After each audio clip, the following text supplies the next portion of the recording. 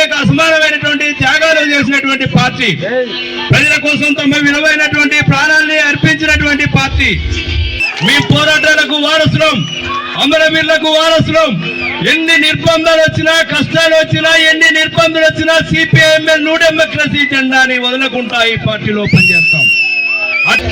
Comrade Linganna ప్రజల మధ్య ఉంటూ, ప్రజల మధ్య జీవిస్తూ, ప్రతిఘటన పోరాటానికి రథసారథిగా ఉండి తమ విలువైనటువంటి ప్రాణాల్ని ప్రజల కోసం అర్పించినటువంటి చరిత్ర సిపిఐఎంఎల్ న్యూ డెమోక్రసీది.